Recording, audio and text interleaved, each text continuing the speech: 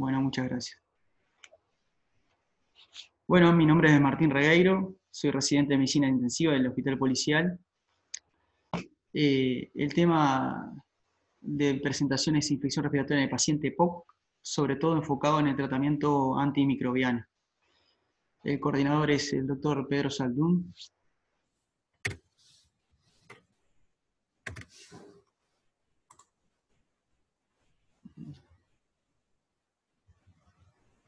A ver, ¿por qué no pasa? Ahí. La temática a abordar va a ser la definición de EPOC, su epidemiología, la exacerbación y sus causas, la etiopatogenia y la fisiopatología de la infección respiratoria, la etiología y su tratamiento. Como sabemos, el EPOC es una enfermedad sistémica prevenible y tratable, caracterizada por limitación del flujo aéreo persistente, progresiva y asociada a una respuesta inflamatoria crónica anormal frente a partículas o gases tóxicos, sobre todo el humo del tabaco. Para confirmar su diagnóstico sabemos que este es espirométrico mediante la relación volumen expiratorio forzado en el primer segundo sobre capacidad vital forzada menor a 0,7 post-broncodilatadores. Y a su vez, la GOL define 4 grados de severidad en base al volumen expiratorio forzado en el primer segundo post-broncodilatador, como se observa en esta tabla, en leve, moderado, grave y muy grave, lo cual tiene fundamentales implicancias pronósticas y además terapéuticas. En cuanto a la epidemiología, 10% de la población mundial mayor de 40 años padece EPOC. A su vez es la cuarta causa de muerte estimada a la fecha. Es una importante causa de mortalidad, uso de recursos del sistema de salud y pérdida de productividad. Pacientes que presentan 2,5 a 3 exacerbaciones anuales experimentan una peor calidad de vida, disminución rápida de la función pulmonar y mayor tasa de reingreso hospitalario, con una mortalidad hospitalaria entre el 4 y el 30% estimada. Factores de riesgo de mortalidad intrahospitalaria son gravedad de la exacerbación, hipoxia refractaria, la edad avanzada, la malnutrición y comorbilidades.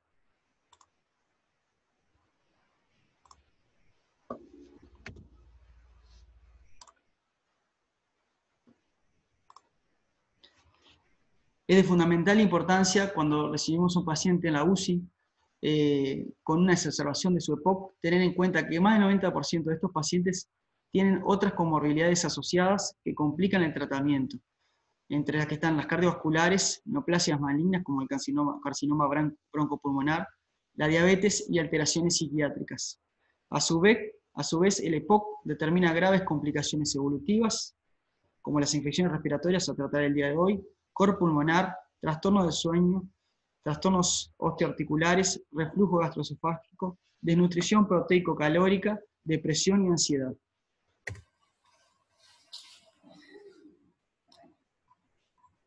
Antes de abordar qué es una exacerbación, cabe destacar y mencionar que todas las actualizaciones publicadas por la GOL, que es la Iniciativa Global para Enfermedades Pulmonares Obstructivas Crónicas, siempre hacen referencia al paciente EPOC durante su fase estable.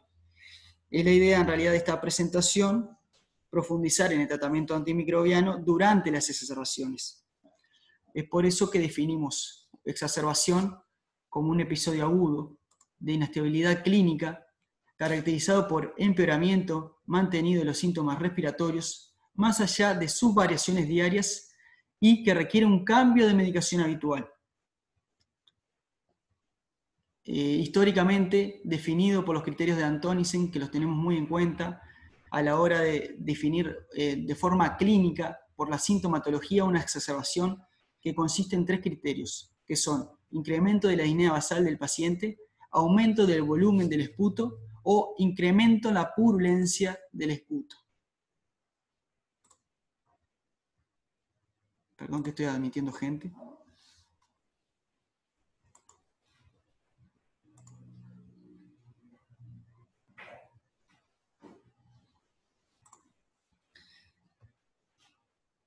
Estos criterios fueron descritos por Antonisen en 1987.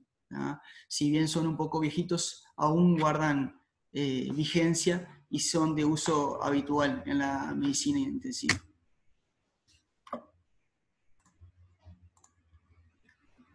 Tener en cuenta que cada exacerbación que presenta el paciente con EPOC acelera la declinación de la función pulmonar, reduce su capacidad de actividad física, empeora la calidad de vida, incrementará el riesgo de muerte con cada una de ellas, a su vez incrementa los costos vinculados a la salud.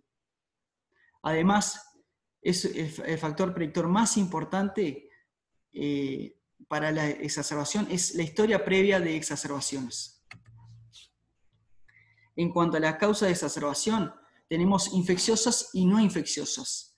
En cuanto a las causas no infecciosas, se encuentra la insuficiencia cardíaca, la polución ambiental, neumotórax, arritmias, cáncer de pulmón, tromboembolismo pulmonar y otras como la cardiopatía isquémica, la depresión respiratoria farmacológica, el reflujo gastroesofágico. Y entre las causas infecciosas y más importantes a la hora de presentar esta exposición, tenemos casi en 2/3, 70%, las infecciones bacterianas y virales, la polución ambiental en el 10%, y 1/3 de las causas llegan a ser desconocidas o sin germen patentado. Entrando a las causas bacterianas, tenemos 3 microorganismos que son los más frecuentes, entre los cuales están Haemophilus influenza, Streptococcus pneumoniae y Moraxella catarrhalis. En menor frecuencia Pseudomonas aeruginosa, pero de fundamental importancia en el paciente EPOC, como veremos más adelante.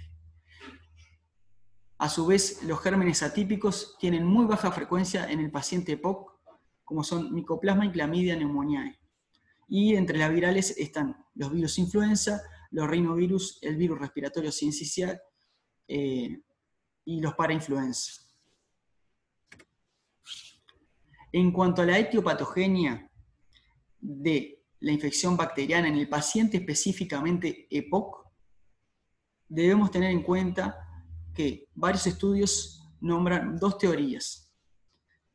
Una es el cambio en las cepas colonizadoras, que hace que ante un nuevo microorganismo patógeno, cuando alcanza el epitelio bronquial en el paciente EPOC, aumenta la probabilidad de desarrollar una exacerbación, dado que estos microorganismos patógenos en el paciente con EPOC, con alteraciones de su epitelio bronquial, en el clearance mucociliar, produciría un retraso de la respuesta inmune.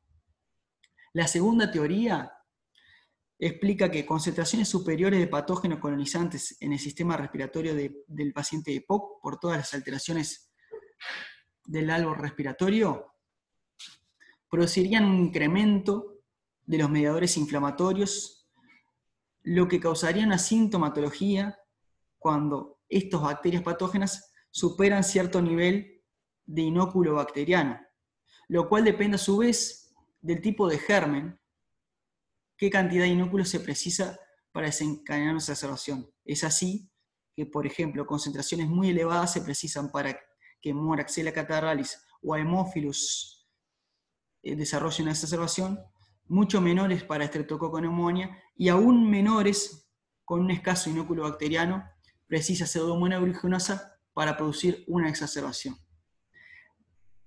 Es con estas teorías que se llegó a la conclusión de que cuando uno realiza en la unidad de cuidados intensivos un tratamiento de un paciente que está ventilado por una exacerbación infecciosa grave de su EPOC, cuanto mayor erradicación bacteriana logre con ese antibiótico, mayor intervalo de tiempo estará el mismo asintomático y con todas las implicancias que tiene cada exacerbación del paciente, como vimos, como deterioro en la función pulmonar, la actividad física y aumento de la mortalidad intrahospitalaria.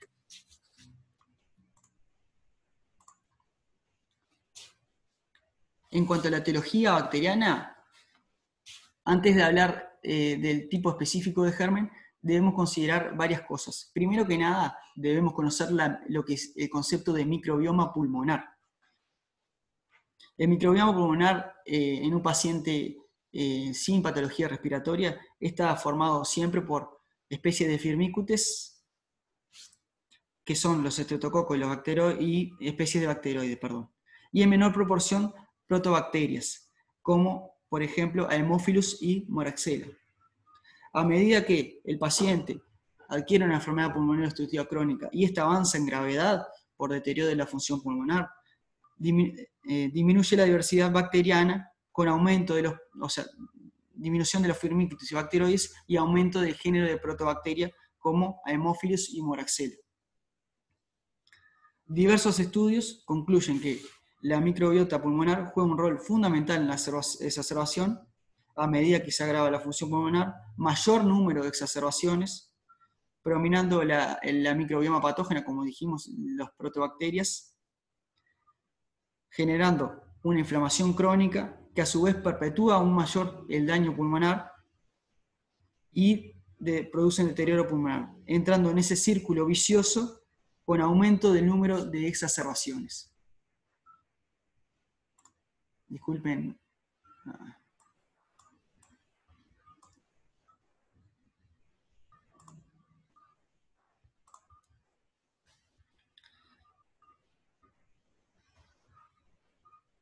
Es por eso que es fundamental a la hora de estudiar o un paciente ingresado a la UCI con una exacerbación de EPOC, tener en cuenta la microbioma pulmonar, los cambios de la microbioma pulmonar en base a su gravedad del EPOC y en sí mismo la gravedad del EPOC por el volumen respiratorio forzado en el primer segundo, dado que, como muestra claramente en la tabla, en base a la gravedad del mismo serán los microorganismos que van a predominar en el paciente con implicancias terapéuticas en cuanto al tratamiento antimicrobiano.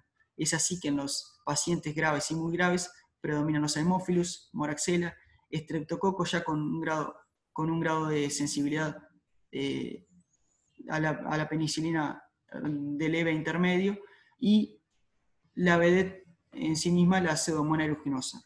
En cuanto a la colonización por Pseudomonas aeruginosa, debemos destacar que esta tiene la capacidad de formación de biopelículas en el árbol respiratorio, de liberar antígenos que generan anticuerpos, a su vez inhibe la proliferación de linfocitos T y monocitos periféricos, inhibe la opsonización y fagocitosis al interferir con la quimiotaxis, y a su vez la biopelícula que genera Pseudomonas, condiciona la infección crónica en el paciente EPOC, llevando al fracaso terapéutico a largo plazo.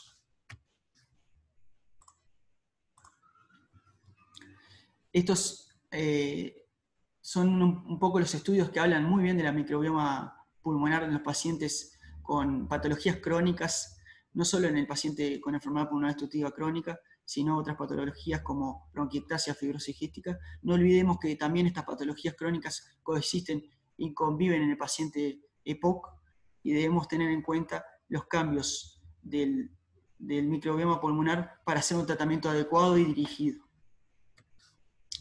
Esta es una gráfica sacada específicamente de este estudio, que está muy buena en el sentido de que muestra que en el paciente que está estable predomina el género de firmicutes y bacteroides, como se ve, y a medida que se produce exacerbación disminuye la cantidad de firmicutes y aumenta la cantidad de protobacterias, que son Moraxella y Haemophilus, estos patógenos capaces de producir daño en el paciente con EPOC.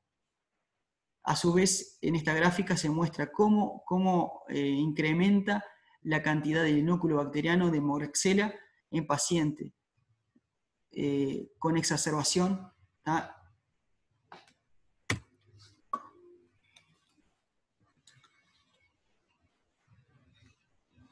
Otra cosa importante a tener en cuenta es los factores de riesgo en Pseudomonas aeruginosa, que ya han sido muy estudiados. Es uno de los puntos que ha sido bien indagado, estudiado. Muchos estudios científicos abordan el tema de factores de riesgo según la aeruginosa, y está estandarizado y bien establecido, que son las hospitalizaciones recientes en el paciente EPOC, pacientes EPOC institucionalizados, pacientes que hayan recibido antibióticos en los 3 meses previos o más de 4 veces al año, pacientes con un volumen respiratorio forzado en el primer segundo menor al 30%, bronquiectasia, fibrosis quística, tratamiento con corticoides orales, que ya el paciente haya estado previamente colonizado o ya haya aislado Pseudomonas aeruginosa por secreciones respiratorias, el paciente que ingresa EPOC a la UCI y va a requerir procedimientos invasivos o ventilación mecánica invasiva, ya de por sí eso implica un riesgo de contraer la pseudomonas aeruginosa o el desarrollo de la misma. Y otro, no menos importante, el Bode Index, que se utiliza muy poco en la práctica clínica y es de fundamental importancia. El mismo considera el volumen expiratorio forzado en el primer segundo, considera la distancia recorrida en 6 minutos, el grado de disnea clasificado del 1 al 4 y el índice de masa corporal. Es un excelente marcador de severidad en el EPOC, pronóstico vital en el mismo, a su vez predice el riesgo de hospitalización y de respuesta al tratamiento con mayor sensibilidad que el volumen expiratorio forzado en el primer segundo, que bien señala el estudio de García Vidal de 2019 en 188 pacientes, que se lo voy a dejar en la bibliografía para que lo puedan consultar.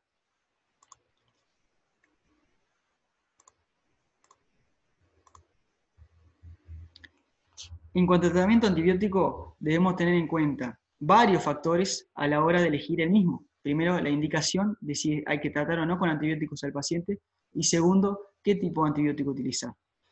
Para ver si el paciente necesita un antibióticos, debemos tener en cuenta estos factores. La gravedad del EPOC, como dijimos. La gravedad del EPOC, la presencia de los 3 criterios de Antonisen, o sea, sintomatología infecciosa, es decir, se los recuerdo para los que entraron quizá un poco tarde a la reunión, aumento de la disnea basal, aumento de la purulencia del esputo, o aumento del volumen de la expectoración. Que varios estudios, que se los menciono acá y acá, mencionan como síntoma clave de los criterios de Antonisen, tanto en el paciente que no está ventilado como que está ventilado por aumento de la traqueobronquitis purulenta o una traqueobronquitis purulenta, a la purulencia del esputo, con una sensibilidad de 94% y una especificidad de 77% para el aumento de bacterias. Que igualmente lo puse con signo de interrogación, dado que otros estudios, como por ejemplo,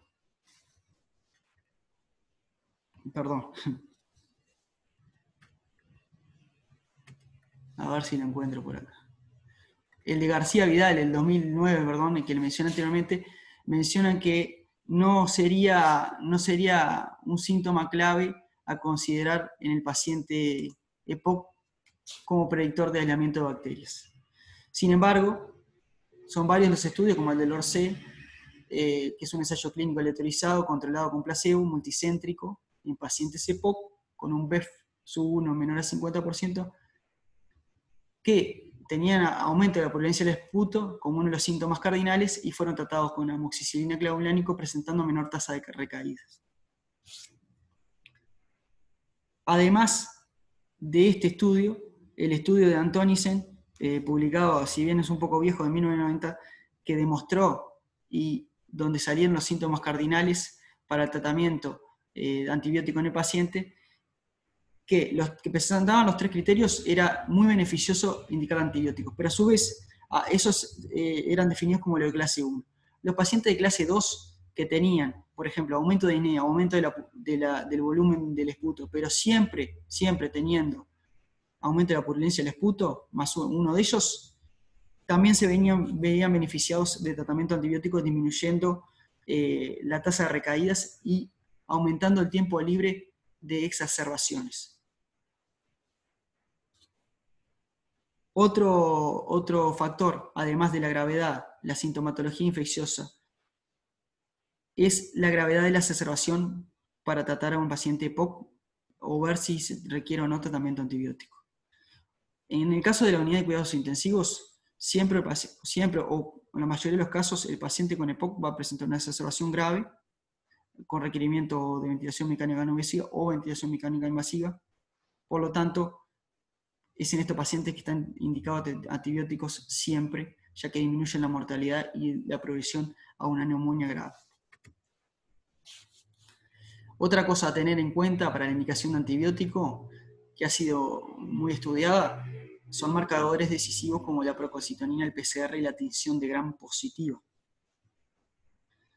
Estos estudios se han realizado y se ha buscado marcadores con el fin de disminuir el uso irracional de antibióticos, generar resistencia bacteriana, que no es un problema menor hoy en día, y teniendo en cuenta que además, como dijimos al principio, los virus junto con las bacterias son el 70% de las causas de exacerbación severa y pueden ser una causa viral que no requiere antibiótico la exacerbación del EPOC. Además, estos marcadores de indicación de tratamiento antibiótico son un parámetro de control evolutivo y, a su vez, de suspensión de los antibióticos.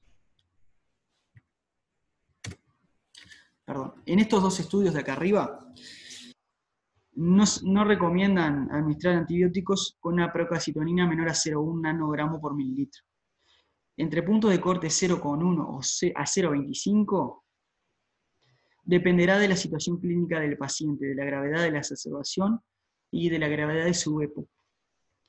Pero sí está consensuado que con una procalcitonina mayor a 0,25 al ingreso, siempre en el paciente EPOC está recomendado el tratamiento antibiótico, demostrando que el uso de la procalcitonina reduce la prescripción de antibióticos innecesarios, el número de días de antibióticos, pero sin diferencia en la recurrencia o en la mortalidad. Son estos estudios. En cuanto al nivel o punto de corte de PCR, casi todos los estudios mencionan un punto de corte entre 40 y 50 como criterio para indicar o no antibióticos. Y otro estudio que me lo envió muy amablemente Pedro, el de Sansair, que es un estudio del 2008, es prospectivo, observacional, de cortes, que estudiaron 28 pacientes EPOC con una exacerbación severa que requirieron intubación orotraqueal y ventilación mecánica invasiva. Se hallaron en este estudio de los 98 pacientes germen en 45 pacientes, de los cuales 14% era Haemophilus, 16% era Staphylococcus aureus meticilino sensible y otro 16% correspondían a Streptococcus pneumoniae sensible a penicilina. Y se vio que la tinción de Gram positiva y la procalcitonina mayor a 0,5, acuérdense que los estudios anteriores era mayor a 0,25. Se mostraron como variables independientes con un valor predictivo negativo mayor al 95%. Es decir, con valores, o sea, tinción de Gram negativo y una procalcitonina menor a 0,5 nanogramos por mililitro, no estaría indicado ni beneficiado al paciente de tratamiento antibiótico. A su vez, este estudio, junto con el de García Vidal, mencionan que la purulencia del esputo no sería un factor cardinal en cuanto a la sintomatología o la clínica del paciente como un parámetro más para indicar o no antibióticos.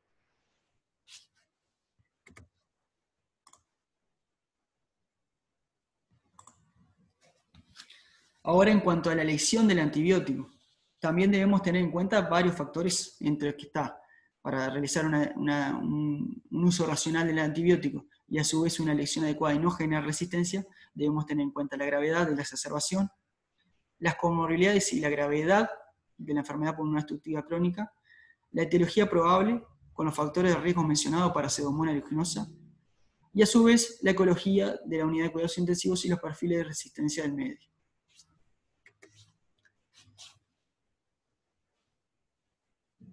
En cuanto a un paciente EPOC que ingresa a la UCI, por todo lo mencionado, en cuanto al microbioma pulmonar, la gravedad del EPOC y la exacerbación del EPOC por los gérmenes predominantes, siempre debemos cubrir estos tres gérmenes que son Haemophilus, Streptococcus pneumoniae y Moraxella catarrhalis, siendo adecuados el uso de amoxicilina clavulánica o ampicilina subactam, cefalosporina de tercera generación y fluoroquinolonas. Respecto a neumococo, la mayoría de los estudios que son realizados específicamente en pacientes EPOC muestran una gran sensibilidad a penicilinas, y esto está de acuerdo con estudios o los últimos relevos de la cátedra de infectología, que menciona que en Uruguay el neumococo se mantiene sensible a la misma. Además, se evidenciaba en este estudio multicéntrico, que si bien data del 2004 a 2005, es realizado en Uruguay en 18 centros de salud, públicos y privados, con cepas aisladas de gérmenes en 8.389 pacientes, que si bien no eran pacientes EPOC, es un parámetro sensor en cuanto a las resistencias bacterianas en nuestro medio.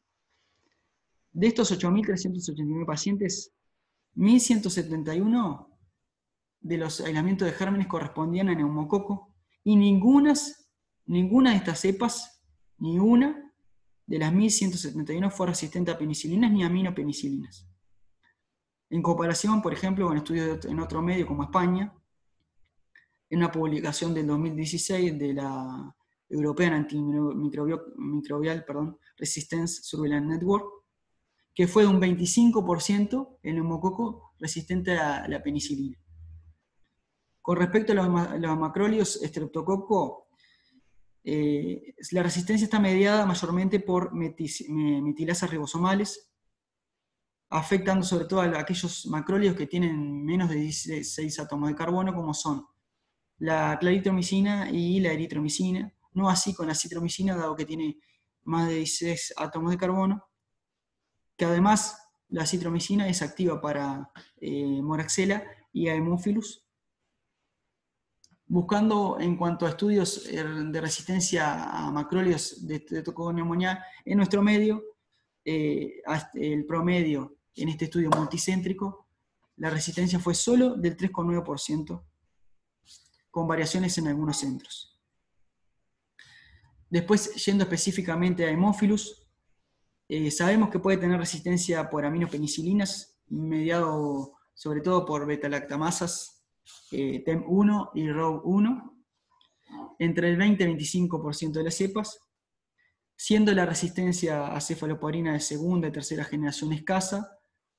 En nuestro medio, en este estudio del 2004 multicéntrico en 18 centros, de los 8.389 pacientes, se aisló en 712 Haemophilus influenzae, de los cuales aproximadamente resistente a las aminopenicilinas de Haemophilus eran solo el 9,3% y predominando en mayores de 60 años. Un centro que destacó con gran resistencia a la aminopenicilina, el Haemophilus influenza, fue el CASMU, que tuvo un 22% de resistencia en el 2005. Y por último, a considerar Moraxella catarrhalis. La resistencia es por producción de beta-lactamasas en el 75 a 95%, variando en diferentes series, de las cuales esta resistencia por producción de beta-lactamasas, el 90% es por la beta-lactamasa BRO1, que determina una amplia resistencia a las mismas, a los beta-lactámicos, en más del 60% de las cepas. En este estudio multicéntrico uruguayo, de los 8.389 pacientes, 351 cepas eran de Moraxella catarrhalis, siendo el porcentaje muy alto, casi completo, a las de resistencia a la aminopenicilina fue del 96%, que es un factor a considerar a la hora de tratamiento. Es por ello que se concluye, en base a estudios internacionales y en base al censo con este estudio y otras recomendaciones actuales de la cátedra de infectología, que siempre debemos cubrir a Haemophilus influenzae, Streptococcus y Moraxella, siendo un plan antibiótico adecuado amoxicilina más inhibidores de la beta-lactamasa como clavulánico o sulbactam, cefalosporina de tercera generación y fluoroquinolona.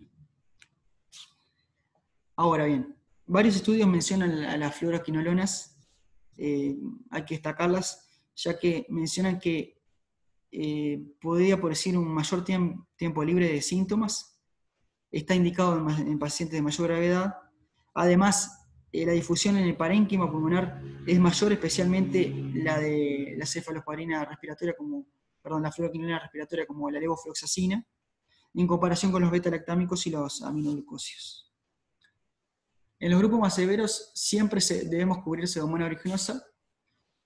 Mencionar que, hacer hincapié que, como sabemos, si bien es un bacilo gram negativo no fermentador, es un patógeno oportunista, que es responsable de infecciones nosocomiales, que afecta mayormente a pacientes inmunodeprimidos con enfermedades crónicas como el EPOC, bronquiectasias o fibrosis quística. también son frecuentemente afectados.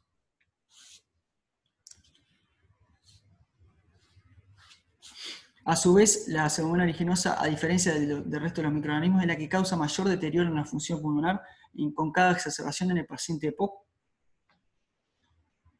Y últimamente han aparecido cepas multiresistentes que se han vinculado con mayor frecuencia de bacteriemia y muerte. Tienen resistencia a la mayoría de las penicilinas, la cefalosporina, estas cepas multiresistentes, la cefalosporina de primera, de segunda y algunas de tercera generación, salvo cestocidime. Y esta resistencia, en cuanto a pseudomonas multiresistentes, se debe sobre todo a la alteración de su membrana, se debe sobre todo a alteración de la permeabilidad de su membrana externa, existencia de sistemas de pulsión activa y la producción de beta-lactamatas de tipo AMP-C, ¿no?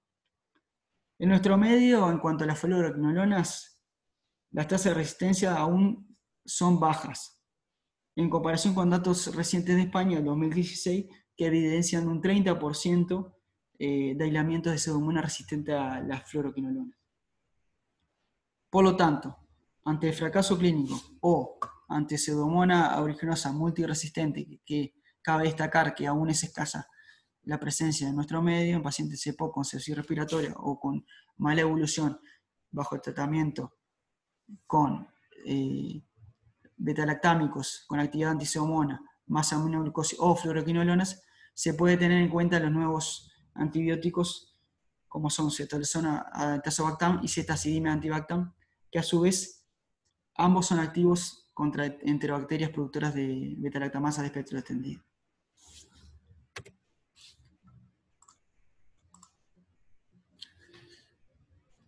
Resumiendo un poco, a la hora de elegir el antibiótico, debemos cubrir siempre en la unidad de cuidados intensivos neumococo, Haemophilus y Moraxella catarrhalis. Debemos tener en cuenta la gravedad de su EPOC y la gravedad de su exacerbación por el tipo de microorganismos predominantes. Cuando el paciente tiene riesgo de pseudomonas aeruginosa por los factores de riesgo ya mencionados en la presentación, debemos cubrir siempre pseudomonas aeruginosa. Y acá está un poco los tratamientos antibióticos aconsejados por el estudio español, y a su vez también coinciden con algunos estudios en nuestro medio, que para los tres gérmenes principales, amoxicilina, clavulánico, cefalosporina tercera generación o fluoroquinolonas son adecuados, y cuando avanza la gravedad del EPOC o la gravedad de la exacerbación, debemos tener en cuenta que podemos usar beta-lactámicos asociados a niveles de beta-lactamasa, más una aminoglucosis o fluoroquinolonas. Dentro de los beta-lactámicos con actividad antipseudomona está el piperacillina tazobactam, cetazidime, cefepime, meropenem, entre otros. Otro punto a tocar, además de la indicación antibiótico, la elección del antibiótico, es la duración del mismo. La mayoría de los estudios mencionan que para los gérmenes predominantes en el paciente EPOC, que son Streptococcus, Haemophilus y Moraxella, 5 a 10 días sería adecuado. Ya para pseudomonas aeruginosa, 10 a 14 días es lo aconsejado, siempre y cuando realizando un seguimiento clínico y por biomarcadores mencionados como PCR, procalcitonina y cultivos de secreciones traqueales, que son un parámetro de control evolutivo y de guía terapéutica. En caso de que el paciente no tenga una evolución favorable, siempre debemos repensar a las 72 horas en pacientes con mala evolución. Y otro punto a destacar y mencionar brevemente, dado que no existen muchos estudios, son los antibióticos inhalados. En el paciente, no hay muchos estudios específicamente en el paciente con exacerbación de su EPOC. Sí hay en otras poblaciones, infecciones respiratorias o neumonias, pero no específicamente en el paciente con esta patología a tratar en la presentación. Existe un estudio muy interesante, que es Dal Negro y colaboradores, que evaluó la tobramicina inhalada en la respuesta clínica inflamatoria en un pequeño grupo de pacientes con pseudomonas aeruginosa resistente y con un EPOC grave, con mala evolución, pese al tratamiento antibiótico intravenoso. y constató que la tobramicina inhalada, a los 6 meses los pacientes presentaban menor infección crónica, y esto fue interpretado por la presencia de menores niveles de interleucina 1, interleucina 8 y proteína catiónica eosinófila, y una disminución de la carga bacteriana. En otros estudios, la colistina también demostró tener un mayor descenso en el número y duración de las exacerbaciones con respecto a la levofloxacina inhalada. En cuanto a una revisión sistemática de la Cochrane, de 16 trials y 2.068 pacientes en total, se concluye que los más beneficiados del tratamiento antibiótico son los pacientes que ingresaban por exacerbación del EPOC, fuere cualquiera la causa, que se indicaba tratamiento antibiótico tenía una buena evolución. No así los pacientes con una exacerbación leve o moderada. Y por último, para hacer un poquito, o pensar específicamente el paciente EPOC, un caso clínico, es un paciente de sexo masculino de 82 años, tabaquista, 60 años de tabaquismo, diagnosticado de 77 años de EPOC severo, con una BEF1 del 42%, la relación BEF1 capacidad vital forzada de 45, es decir, que este paciente es un EPOC grave, con un tratamiento habitual de salmeterol, fluticasona, bromuro, acitromicina alterno profiláctico y montelukast. Presentaba más de 2 reagudizaciones anuales con necesidad de antibiótico intravenoso, broncodilatadores y oxígeno. En los cultivos del esputo desarrolló moraxella, Streptococcus y Haemophilus, Stenotrophomonas maltófila y Aspergillus en ocasiones. En el 2016 presentó una exacerbación grave con necesidad de internación en cuidados intensivos, en la cual el cultivo del esputo dio pseudomonas aeruginosa resistente a quinolonas y trimetoprim sulfametoxazol, cumpliendo este paciente tratamiento por 10 días con evolución favorable mediante piperacilina tazobactam, que como vimos era un antibiótico adecuado, ¿ah? Es un beta-lactámico con acción anti-pseudomonas, y teniendo en cuenta el bajo riesgo de pseudomonas resistente en nuestro medio, estaría muy bien indicado, además de los aminoglucósidos y la fluoroquinolona. Bueno, presentó evolución favorable en 10 días de tratamiento, pero meses después, en el 2017, tuvo una exacerbación con la neuropatía aguda comunitaria, consolidación en la tomografía, aumento de los reactantes de fase aguda, y en el cultivo se aísla nuevamente Pseudomonas aeruginosa multiresistente, se realiza piperacilina, tazobactam, más amikacina IV y colistina inhalado, sistema IFLOW con buena evolución. El cultivo de control de aspirado traqueal dio una flora saprofita y Candida albicans. Como conclusiones, la colonización e infección por Pseudomonas aeruginosa incide en el paciente con EPOC severo, complicando su evolución, lo que supone una alta mortalidad y la necesidad de nuevos ingresos hospitalarios. La Pseudomonas tiende a persistir en estos pacientes pese al empleo de tratamiento antibiótico dirigido, y eso lo debemos tener en cuenta. Como mencionaba al principio de la charla, un antibiótico bien dirigido en los días necesarios se va a ver reflejado el mayor tiempo de paciente asintomático y menor número de exacerbaciones, con menor deterioro en la función pulmonar, que afectará no solo el microbioma pulmonar, sino que las futuras exacerbaciones, colonizaciones y a su vez infecciones respiratorias. El espacio bronquial en el paciente con bronquiectasias, EPOC o fibrosis quística es un nicho ecológico ideal para la colonización bacteriana. Su cronificación en el tiempo incrementa el número de exacerbaciones y se debe considerar tratamiento antibiótico prolongado ante agudizaciones repetidas, recaídas tempranas, ingresos hospitalarios, deterioro de la función pulmonar o una colonización crónica por Pseudomonas. Esta es la bibliografía, la voy a dejar subida a YouTube para que puedan consultarla. Muchas gracias.